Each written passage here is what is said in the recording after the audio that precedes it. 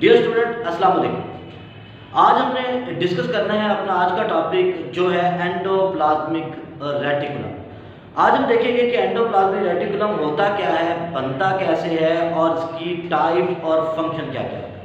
जब हम बात करते हैं एंडोप्लाज्मिक रेटिकुलम की, तो एंडोप्लाज्मिक रेटिकुलम जो है ये लैटिन जुबान का वर्ड है। पहला लफ्ज मौजूद है जिसे कहते हैं हम लोग एंडो। एंडो का मतलब होता है इनसाइड। दूसरा लफ्ज मौजूद है, वो लफ्ज है प्लाज्मिक। प्लाज्मिक का मतलब है कि क्या चीज प्लाज्मा के अंदर, साइटोप्लाज्म के अंदर, इसका मतलब endoplasmic with in a plasmic. तीसरा लफ्ज जो लैटिनाइज मौजूद है वो है रेटिकुलम। अब ये जो रेटिकुलम वर्ड है, ये रेटिकुलम लैटिनाइज्ड है, जिसका मतलब होता है अ थिन नेटवर्क। इसका मतलब ये है कि endoplasmic reticulum is a network of tubules, network of cells, network of lace like structure which is present within the cytoplasm। Cytoplasm के अंदर जो नेटवर्क मौजूद होता है, हम लोग कहते हैं कि ये क्या है, ये एंडोप्लाज्मिक रेटिकुलम मौजूद है। एंडोप्लाज्मिक रेटिकुलम को पहली बार ऑब्जर्व किया गया वो 1945 के अंदर। इसे 1945 के अंदर ऑब्जर्व किया गया। इसे ऑब्जर्व किया किसने? तो उसके क्या थे साइंटिस्ट, एक का नाम था किथ पॉटर और दूसरे का नाम जो था वो था फुलमैन। अब फुलमैन हो गया या किट पॉटर, इन्होंने पहली बार जो है 1945 के अंदर इसे ऑब्जर्व किया और फिर इसके स्ट्रक्चर के बारे में और इसकी टर्म के बारे में कि इसे एंडोप्लाज्मिक रेटिकुलम कहना है, वो 1952 के अंदर का। इसका मतलब ये है कि इसको ऑब्जर्व भी डिस्कवर भी इन दोनों ने किया और ये जो टर्म थी एंडोप्लाज्मिक रेटिकुलम, इसे 1952 के अंदर ये टर्म भी इन्होंने इसे दी कि ये क्या है, ये असल में एक नेटवर्क है ट्यूब्यूल्स का, जो क्या है, जो सेल के अंदर जो है ये मौजूद होता है।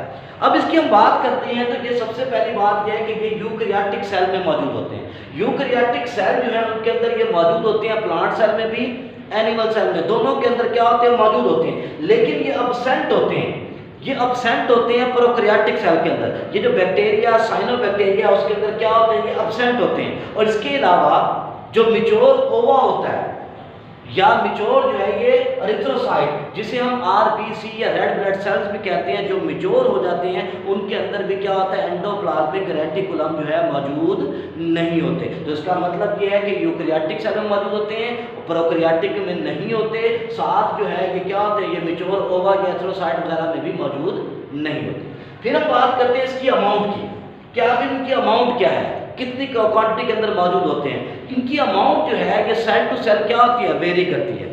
अब डिफरेंट सेल्स के अंदर क्या होते हैं, डिफरेंट होते हैं। जैसे कि मसल सेल्स के अंदर जो है वो मौजूद होते हैं एसआर, सार्कोप्लाज्मिक रेटिकुलम जो है वो मौजूद होते हैं। उनकी जो क्वांटिटी है वो क्या होती है, वो ज्यादा होती है। ठीक है, इसका मतलब ये है कि इसकी जो अमाउंट है वो भी सेल टू सेल क्या करती है, वेरी करती है। दूसरी चीज इसकी मौजूद है कि सेल टू सेल वेरी करने के बाद इसकी जो अमाउंट है वो तकरीबन 40 to 60% जो है वो सेल मेम्ब्रेन का, यानी कि अगर सेल ऑर्गेनेली का नाम दिया जाए या मेम्ब्रेनस ऑर्गेनेली का हम क्या करें, वो टोटल जो है उसका परसेंटेज दें, तो उस टोटल परसेंटेज में से जो है वो तकरीबन 40 to 60% जो है वो एंडोप्लाज्मिक रेटिकुलम की क्या होती है, मेम्ब्रेन जो है ये सेल के अंदर मौजूद होती है। अब इसकी ओरिजिन की बात करते हैं कि आखिर ये बनते कैसे हैं, कहां से आते हैं ये। असल में इसके बारे में हाइपोथेसिस है कि ये न्यूक्लियर मेम्ब्रेन है, ये न्यूक्लियर मेम्ब्रेन से क्या होते हैं, बड ऑफ होते हैं। तो इसका मतलब ये है कि ये न्यूक्लियर मेम्ब्रेन से क्या होते हैं, बड ऑफ होते हैं। ये न्यूक्लियर मेम्ब्रेन से ही बनते हैं, इनकी ओरिजिनेशन भी उधर से ही होती है। और फिर ये जब उससे ओरिजिनेट होते हैं फिर उससे आगे जाके डिफरेंशिएट होते हैं स्मूथ एंडोप्लाज्मिक रेटिकुलम के अंदर, या जो है या चेंज होते हैं रफ एंडोप्लाज्मिक रेटिकुलम के अंदर। तो बेसिकली ये क्या होते हैं, ये न्यूक्लियर मेम्ब्रेन से जो है वो क्या होते हैं, ये ओरिजिनेट होते हैं। वहां से इसके बारे में कहा जाता है, हाइपोथेसिस है कि ये वहां से क्या होते हैं, ये ओरिजिनेट जो है ये मौजूद होते हैं। अब जब हम इनकी बात करते हैं स्ट्रक्चर की, अब स्ट्रक्चर की बात करते हैं तो पहले हम इसका देखेंगे फिजिकल स्ट्रक्चर, यानी कि हम इसका मोलेकुलर स्ट्रक्चर जो है बाद में देखेंगे। पहले हम इसका फिजिकल स्ट्रक्चर देखते हैं। जब हम इसके फिजिकल स्ट्रक्चर को देखते हैं तो बेसिकली ये तीन किस्म के एलिमेंट से, तीन किस्म के कंपोनेंट से मिलकर बना हुआ है। पहला कंपोनेंट जो मौजूद है उसे कहते हैं हम लोग सिस्टर्नी। अब सिस्टर्नी क्या है, सिस्टर्नी जो है ये फ्लैटेड है, इसका मतलब ये है कि ये चपटे सीधे सीधे अनब्रांच स्ट्रक्चर है। इसका मतलब ये है कि सीधे हैं, अनब्रांच्ड है और इनके ऊपर कोई राइबोसोम वगैरह मौजूद नहीं होता। तो इसका मतलब है कि एंडोप्लाज्मिक रेटिकुलम के अंदर वो स्ट्रक्चर जो बिल्कुल फ्लैटेंड हो, हमवार हो, उनके ऊपर कोई राइबोसोम वगैरह मौजूद ना हो, स्टॉक की शक्ल में, सैक की शक्ल में, थैलियों की शक्ल में क्या हो वो मौजूद हो, तो हम लोग कहते हैं कि वो क्या है, वो सिस्टर नहीं है। इसका पहला कंपोनेंट है। दूसरा कंपोनेंट इनका मौजूद होता है वो होता है ट्यूब्यूल्स। ट्यूब्यूल्स इसलिए कहा जाता है कि ट्यूब्यूल्स की क्या होती है, नालियां होती हैं। ये वो होती हैं जिनकी ब्रांच होती हैं, ये अनब्रांच नहीं है, ये नालियां हैं, ठीक है। इनके ऊपर भी किसी किस्म का कोई राइबोसोम मौजूद नहीं होता। तो सिस्टर्नी और इनमें क्या होता है, फर्क होता है। इन दोनों में फर्क ये होता है कि ट्यूब्यूल्स के अंदर जो है, पहली बात ये कि नालियां होती हैं, दूसरी बात ये होती है कि ये क्या होते हैं, ये ब्रांच होते हैं, ठीक है, और इनके ऊपर भी राइबोसोम वगैरह मौजूद नहीं होता। तीसरा कंपोनेंट जो मौजूद है वो है वेसिकल।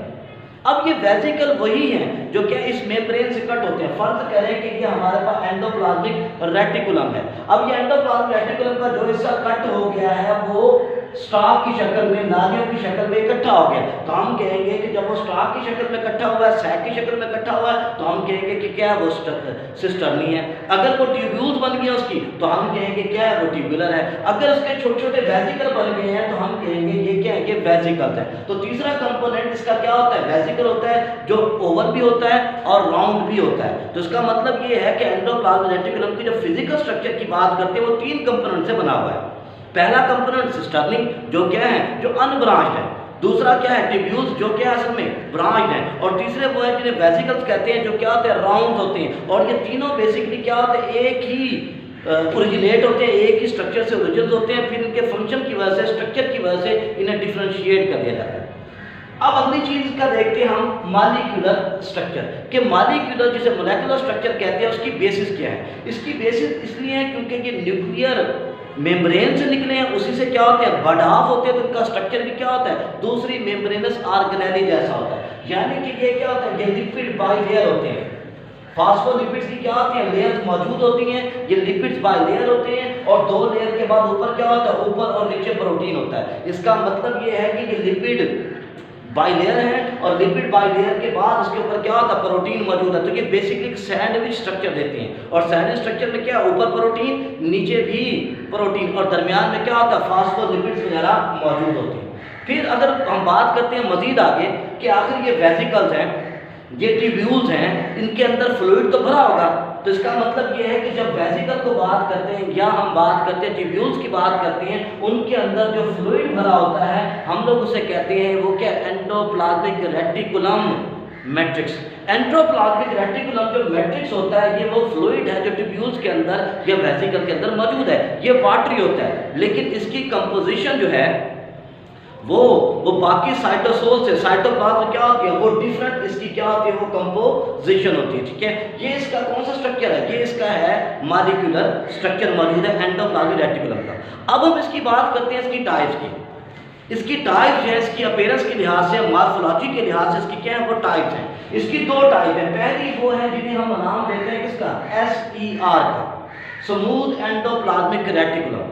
स्मूथ एंडोप्लाज्मिक रेटिकुलम असल में बनती है किससे, रफ एंडोप्लाज्मिक रेटिकुलम से ही बनती है। वो कैसे बनती है हम आगे आपको थोड़ा सा डिटेल में समझाएंगे। फिलहाल आप देखें कि स्मूथ जो है या एंडोप्लाज्मिक रेटिकुलम जो है ये होते क्या हैं। स्मूथ एंडोप्लाज्मिक रेटिकुलम जो है असल में ये क्या है, ये ट्यूब्यूल्स और वेसिकल की क्या अरेंजमेंट है। ये सैकनुमा होते हैं, इसके ऊपर किसी किस्म का कोई राइबोसोम्स वगैरह मौजूद नहीं होते। अब इनके ऊपर किसी किस्म का कोई राइबोसोम वगैरह मौजूद नहीं है, तो इसका मतलब ये प्रोटीन वगैरह भी नहीं बनाते। तो इनका काम क्या है, इनका मेजर काम जो है ये एंजाइम्स को क्या करते हैं, स्टोर करते हैं। ना सिर्फ ये एंजाइम को स्टोर करते हैं बल्कि जो एंजाइमेटिक प्रोडक्ट होती हैं, जो फाइनल प्रोडक्ट होती हैं, उनको भी स्टोर करने का काम करते हैं। तो स्मूथ एंडोप्लाज्मिक रेटिकुलम्स क्या है, असल में ये ट्यूब्यूल्स और जो वेसिकल्स है उन्हीं की ये एग्रीगेशन है, उन्हीं की ये अरेंजमेंट है और उन्हीं की अरेंजमेंट की वजह से ये SER बनते हैं। और इसके ऊपर किसी किस्म का कोई बाइंडिंग साइट मौजूद नहीं होती जिस पे राइबोसोम ने आके क्या करना है, अटैच होना है। दूसरी चीज जो मौजूद होती है हम लोग उसे कहते हैं, ये क्या है, ये RER, रफ एंडोप्लाज्मिक रेटिकुलम। ये रफ भी कहते हैं इसे ग्रेनुलेटेड भी कहते हैं। इसका मतलब ये है कि इस पर क्या होते हैं, ग्रेन्यूल्स मौजूद होते हैं। अब क्योंकि इसके ऊपर ग्रेन्यूल्स मौजूद होते हैं, दाने मौजूद होते हैं, वो दाने असल में क्या, राइबोसोम्स हैं। जिसके ऊपर राइबोसोम्स क्या होंगे, अटैच होंगे, हम कहेंगे कि वो क्या है, वो असल में RER है, जिसे हम कहते हैं कौन से, रफ एंडोप्लाज्मिक रेटिकुलम का नाम दिया जाता है। इनमें क्या होते हैं, इनमें राइबोसोम्स वगैरह मौजूद होते हैं और ये क्या करते हैं, ये जो है एक कंपाउंड बनाते हैं जिसे हम नाम देते हैं प्रोटीन न्यूक्लिक एसिड कॉम्प्लेक्स। ये प्रोटीन और न्यूक्लिक एसिड का कॉम्प्लेक्स बनाते हैं। वो कैसे इसके ऊपर राइबोसोम्स अटैच होते हैं वो हम अभी डिस्कस करेंगे कि किस तरह इसके ऊपर राइबोसोम्स आते हैं। अब जब इसके स्ट्रक्चर की बात करते हैं कि जनरली का स्ट्रक्चर क्या है, तो ये हमारे पास क्या है, न्यूक्लियर पोर जो है ये मौजूद है, ये न्यूक्लियर मेम्ब्रेन है। न्यूक्लियर मेम्ब्रेन से क्या हुआ, बटा हुआ, क्योंकि ये न्यूक्लियर मेम्ब्रेन से शुरू होते हैं और सेल मेम्ब्रेन की तरफ जाते हैं from all over the side.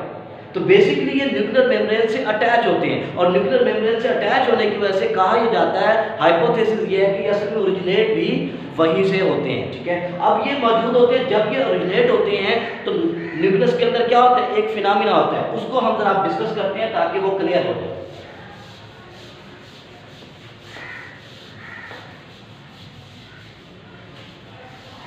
अब न्यूक्लियस के अंदर होता ये है कि न्यूक्लियस के अंदर जहां न्यूक्लियोप्लाज्म होता है वहां पर न्यूक्लियस के अंदर एक डार्कली पिगमेंटेड एरिया भी होते हैं।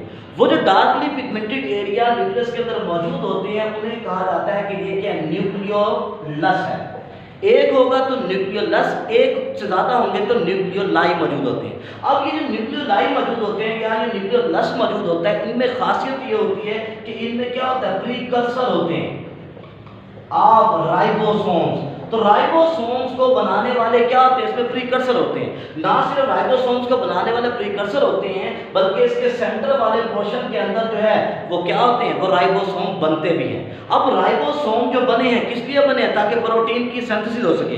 अब प्रोटीन बनाने का जो अमल होता है हम कहते हैं कि वो क्या होता है, सेंट्रल डॉग्मा। अब डीएनए से बनना है mRNA। अब डीएनए से mRNA बनना है, mRNA के अंदर वो कोड मौजूद है जिससे आगे क्या होनी है, ट्रांसलेशन होनी है, जिससे क्या होना है, प्रोटीन बनना है। अब mRNA से जब प्रोटीन बनना है तो प्रोटीन बनाने के लिए राइबोसोम चाहिए, और राइबोसोम कहाँ बन रहे हैं, एक जो है वो darkly pigmented without membrane structure है जिसे हम न्यूक्लियोलस या न्यूक्लियोलाई कहते हैं। जब वो राइबोसोम बनते हैं तो बाहर की तरफ क्या होते हैं, मूव करते हैं। जब वो बाहर की तरफ मूव करते हैं तो न्यूक्लियस के अंदर जो है पोर मौजूद है, वो उन पोर से बाहर निकलते हैं। जब वो पोर से बाहर निकलते हैं तो आगे मौजूद है क्या चीज, न्यूक्लियस से ही निकलने वाली वेसिकल्स, मेम्ब्रेन्स हैं, और वो मेम्ब्रेन्स क्या है असल में, वो एंडोप्लाज्मिक रेटिकुलम है। तो वो राइबोसोम्स आके क्या करते हैं, एंडोप्लाज्मिक रेटिकुलम के ऊपर चिपक जाते हैं। जब वो एंडोप्लाज्मिक रेटिकुलम के ऊपर चिपकते हैं तो हम उन्हें देखते हैं और कहते हैं कि ये क्या है, ये RER है। तो राइबोसोम न्यूक्लियस से आए और वो चिपके क्यों हैं, क्योंकि जो ये मौजूद है एंडोप्लाज्मिक रेटिकुलम, इसकी सतह पे मौजूद होता है ग्लाइकोप्रोटीन। अब इसकी सतह पर क्योंकि ग्लाइकोप्रोटीन मौजूद होता है, इसकी सतह पर क्या होता है, राइबोसोम बाइंडिंग साइट मौजूद होती है ताकि ये राइबोसोम को क्या करें, अपने ऊपर चिपका लें। अब इनके ऊपर क्या होता है, ये क्योंकि ग्लाइकोप्रोटीन मौजूद होता है तो राइबोसोम इस पर चिपक जाते हैं। अब सवाल ये पैदा होता है, क्या ये राइबोसोम हमेशा चिपके रहेंगे? नहीं, राइबोसोम्स क्या होते हैं, चिपकते रहते हैं, रिलीज होते रहते हैं। क्यों? जैसे ही mRNA आता है राइबोसोम्स क्या होते हैं, वो उससे हटते हैं, mRNA पे जाके प्रोटीन वगैरह क्या करते हैं, बनाते हैं, ट्रांसलेशन करते हैं। जब राइबोसोम उससे हट जाते हैं तो वही रफ एंडोप्लाज्मिक रेटिकुलम चेंज हो जाता है फिर SER में, स्मूथ एंडोप्लाज्मिक रेटिकुलम में चेंज होता है। जब वो SER या स्मूथ एंडोप्लाज्मिक रेटिकुलम में क्या होता है, चेंज होता है, तो उसका हम कह सकते हैं कि स्मूथ एंडोप्लाज्मिक रेटिकुलम असल में बना हुआ किससे, रफ एंडोप्लाज्मिक रेटिकुलम से बना हुआ है। इसीलिए क्या होते हैं, इनकी दो टाइप्स हैं जिसलिए हम कहते हैं कि ये क्या है, ये हमारे पास क्या है, ये रफ भी हैं और ये स्मूथ भी मौजूद है। लेकिन दोनों की खासियत ये है कि दोनों जो हैं वो बेसिकली किससे ओरिजिनेट हुए हैं, वो हुए ये न्यूक्लियर मेम्ब्रेन से ही ओरिजिनेट हुए हैं। अब हम इसके थोड़े से फंक्शन को देख लेते हैं कि आखिर इनके फंक्शन क्या है, कि क्या ये रोल अदा करते हैं और किस तरह ये दोनों जो हैं ये इंपॉर्टेंट है। तो हम इनके कुछ फंक्शंस को जो है वो डिस्कस कर लेते हैं। पहले हम डिस्कस करते हैं SER को, जिसे हम स्मूथ एंडोप्लाज्मिक रेटिकुलम कहते हैं। इसका जो पहला फंक्शन होता है वो सेल के ऑर्गेनेली बनाना। अब सेल के ऑर्गेनेली कौन से बनाएंगे? असल में यही क्या होते हैं, स्मूथ एंडोप्लाज्मिक रेटिकुलम होते हैं, जो क्या होते हैं, बट ऑफ होते हैं, टूटते हैं और टूटने के बाद आगे स्टार्च की शक्ल में जमा हो जाते हैं, तो उससे बनते हैं गाल्जी बॉडीज। तो जो गाल्जी बॉडीज हैं वो इससे बनते हैं। दूसरा काम इसका ये है कि एंजाइम की ट्रांसपोर्ट, फिर इन गाल्जी बॉडीज ने आगे जाके बनाना है लाइसोसोम।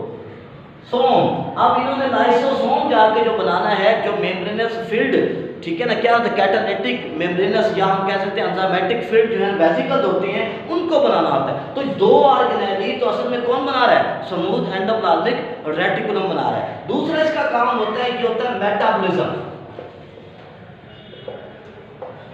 अब ये क्या करते हैं, ये मेटाबॉलिज्म करते हैं, कार्बोहाइड्रेट की मेटाबॉलिज्म करते हैं, लिपिड्स की मेटाबॉलिज्म करते हैं, तो इनका काम होता है मेटाबॉलिज्म करना। जब ये मेटाबॉलिज्म कर रहे हैं तो साथ इनकी वजह से क्या करेंगे, ब्रेक डाउन करते हैं। तो जब ये ब्रेक डाउन करते हैं तो वो ड्रग्स, वो मेडिसिन जो हमने एक्सेस अमाउंट में ले ली हैं, या वो medicine which are lethal for the functioning of the cell, cell की फंक्शनिंग के लिए खतरनाक हैं, या क्या हुआ, केमिकल्स उसके अंदर चले गए सेल के अंदर, तो ये उन केमिकल्स को डिटॉक्सिफाई भी करते हैं।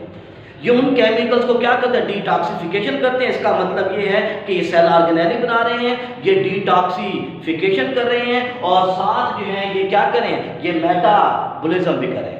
इसके अलावा जो है इनका एक और फंक्शन भी मौजूद होता है, वो होता है स्टोरेज ऑफ कैल्शियम।